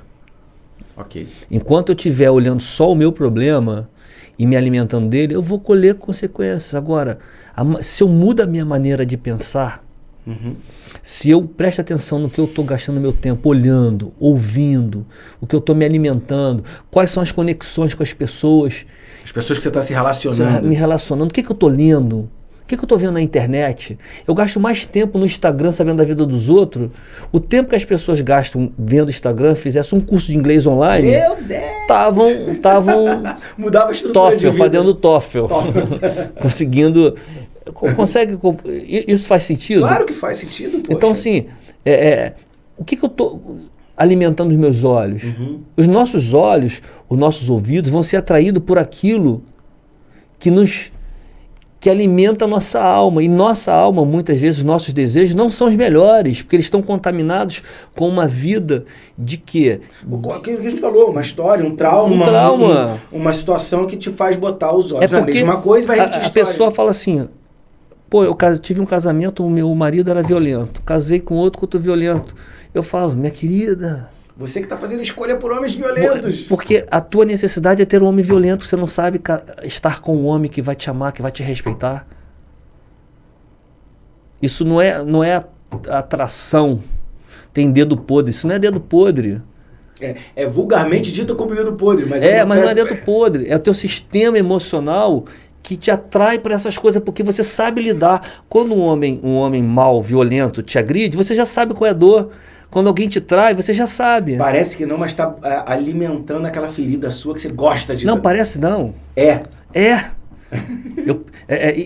claro que isso é da ordem do inconsciente. Uhum. Quando as pessoas percebem que elas podem mudar... Aí viram a chave e vai embora. Vai embora, porque é mudar a crença dela. Uhum. Eu posso ser melhor do que os meus pais, eu posso ser melhor do que eu sou. Maurício, deixa eu só... Quanto tempo nós já estamos aqui? Pra mim tem... 25. Uma hora e 25 a gente tá batendo papo aqui. Mas eu vou aproveitar a tua experiência para fazer uma pergunta, que eu até separei aqui, porque de repente pode abrir a mente do pessoal que tá lá tá em casa. Em casa agora que não tem, né? Mas isso tudo gravado. Móvel, não sabe onde o cara se tá. Pode estar no ônibus, na condução, no avião. Para quem tá nos assistindo, nos escutando, que assim... Existe uma grande dificuldade, as pessoas, de um modo geral. A gente trabalha com jovens e adultos, mas existe uma grande dificuldade de escolha. Tinha um tio meu, matuto, da fazenda, que dizia assim, a minha dificuldade é tão grande, eu não sei se eu caso ou se eu compro uma bicicleta. Era o ditado dele. Parece simples, mas é muito profundo. Porque uma coisa não tem nada a ver com a outra, e as pessoas estão com dificuldade de escolher, não tomam decisões... O que você fala pra gente dessa situação de decisão, escolha, de sair da zona de conforto? Quais são os gatilhos, as coisas que as pessoas têm que botar o foco para poder... Sei lá, fala pra mim sobre isso, porque todo mundo tem muita dificuldade de saber o que quer da vida. Kleber, eu sempre começo ao contrário, né? Uhum. Essas perguntas, na verdade o psicólogo ele é pago não para responder, mas para fazer perguntas, né? E as pessoas, mas o que você acha que eu devo fazer? E a primeira pergunta que a gente sempre faz é assim, o que você não quer fazer? Já elimina um monte de coisa? Muita coisa. Isso facilita muito, porque o lugar que eu não quero estar, possivelmente é o lugar que eu não vou produzir da maneira que eu deveria produzir. Não vai gerar em mim competências e que eu preciso desenvolver ou alcançar para desempenhar um bom papel. Uhum. Então, assim, o que eu não quero aquele lugar, eu não quero ir nessa direção, eu não quero estudar isso. Já ajuda bastante.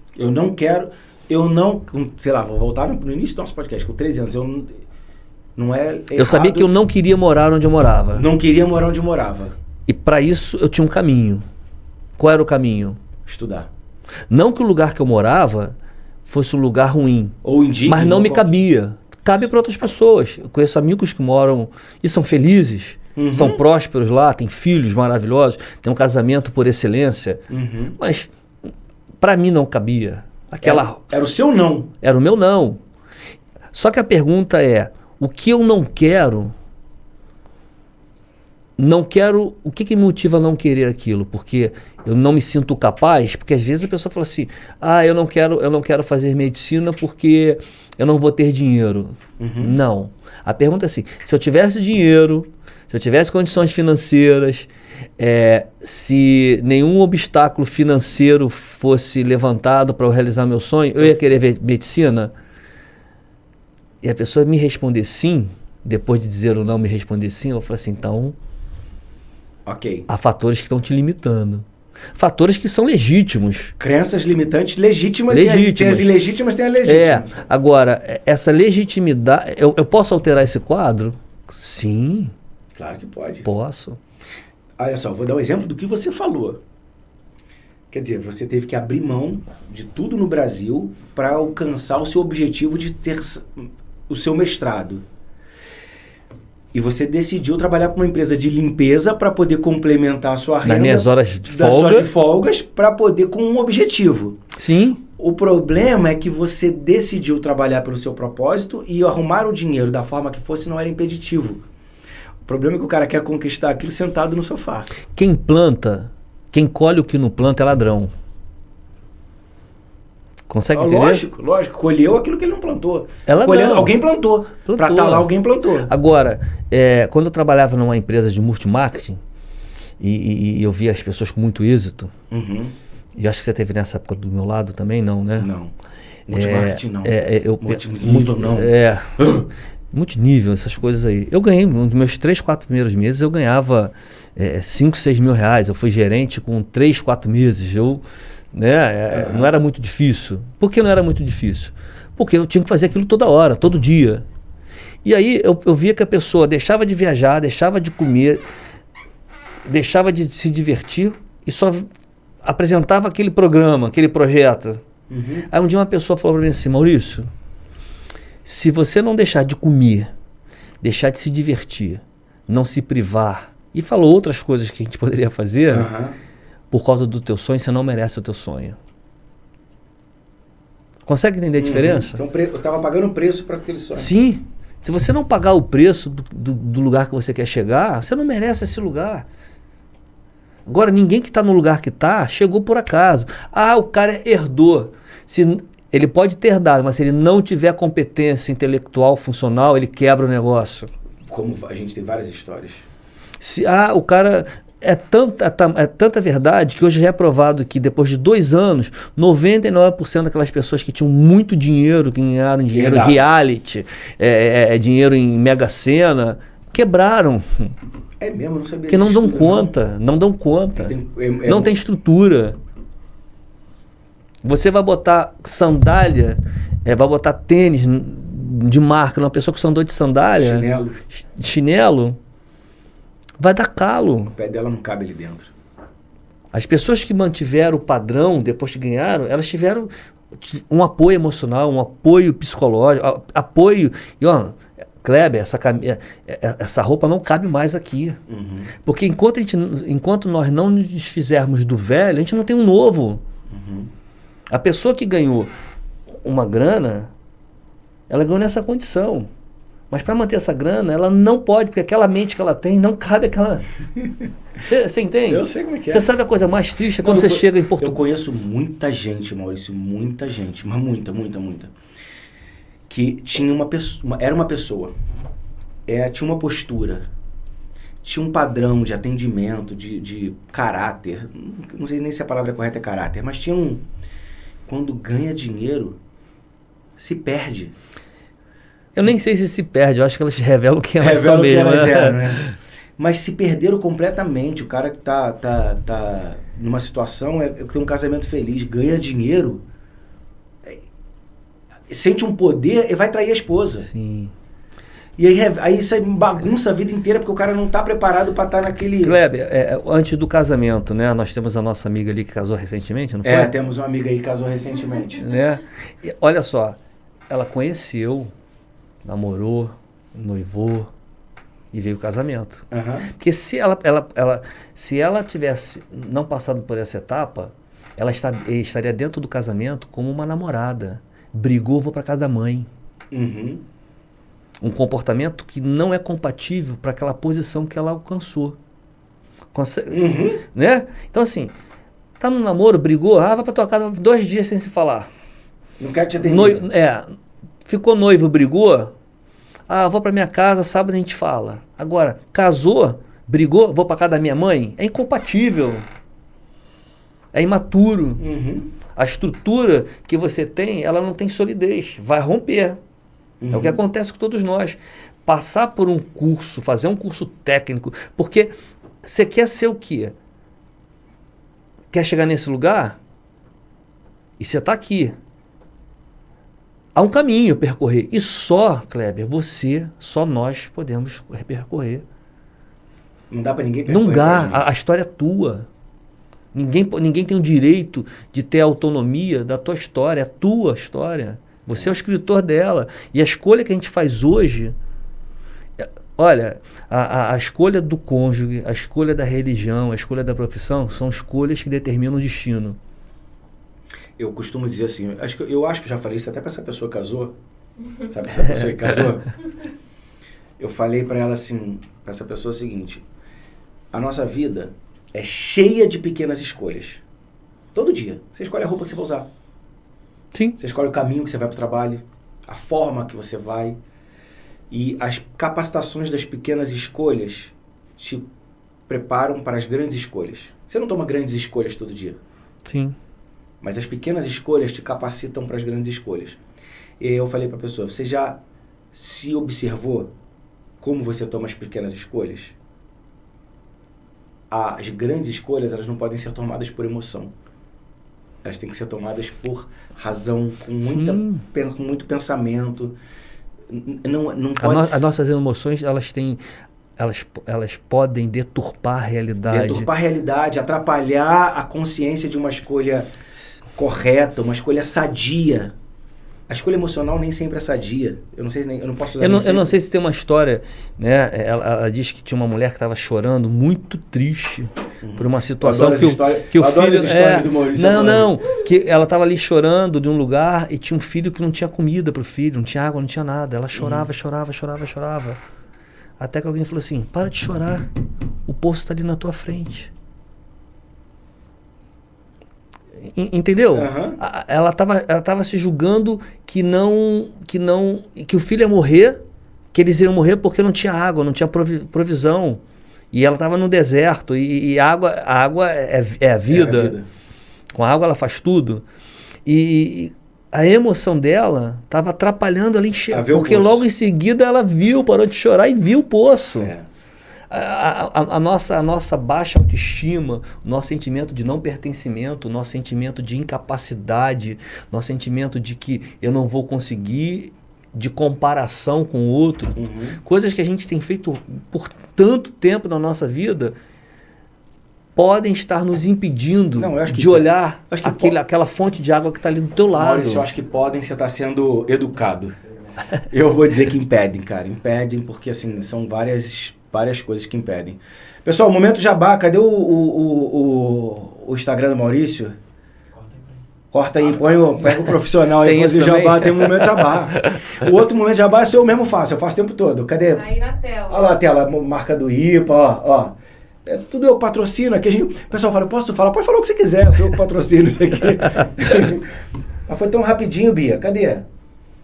Nem eu li. Como é que é? Psi Maurício. Psi Maurício. É. Não é psicótico. Tá lá embaixo, ó. Não é de psicótico, não. Psicólogo. É de psicólogo. Maurício Souza. Cara, quanto tempo nós estamos aqui, Bia? 37. 1h37. Eu não vi a hora passar. Irmão, obrigado. Uma maravilha bater papo contigo. Eu espero que vocês tenham gostado desse podcast. Quer mandar um abraço pra alguém? Não, agradecer a sua família, você, pelo carinho. É tranquilo, né? O outro marido. Esse é o Matheus. Aquela conversa que a gente teve sobre pai, a gente vai dar uma tratada nisso pra dar uma corrigida. Não, e eu tenho que forçar uma aliança com ele, porque quando eu olho pra ele, eu sei que ele vai muito longe. E quando ele estiver bem longe, eu quero que ele lembre de mim. Lembra que eu tava no teu começo? Lembra que eu tava lá? Lembra do tio aqui, ó. Come here. Muito bom. Gente, obrigado. Espero que vocês tenham gostado desse bate-papo aqui. Isso aqui são as raízes que nós fomos influenciados, assim, como direção da escola. E a liderança fala de que os liderados são a espelho do líder. Então, eu fui construído por esse tipo de relacionamento. Muito bom. E eu espero que vocês tenham gostado desse bate-papo. Espero que ele tenha edificado sua vida. Muito obrigado. Até a próxima. Siga a gente nas redes sociais. Compartilhe esse podcast, cara, que foi rico pra caramba. Com o maior número de pessoas. Porque eu acho que vai ajudar muita gente. Gente, brigadão. Até a próxima. Beijo.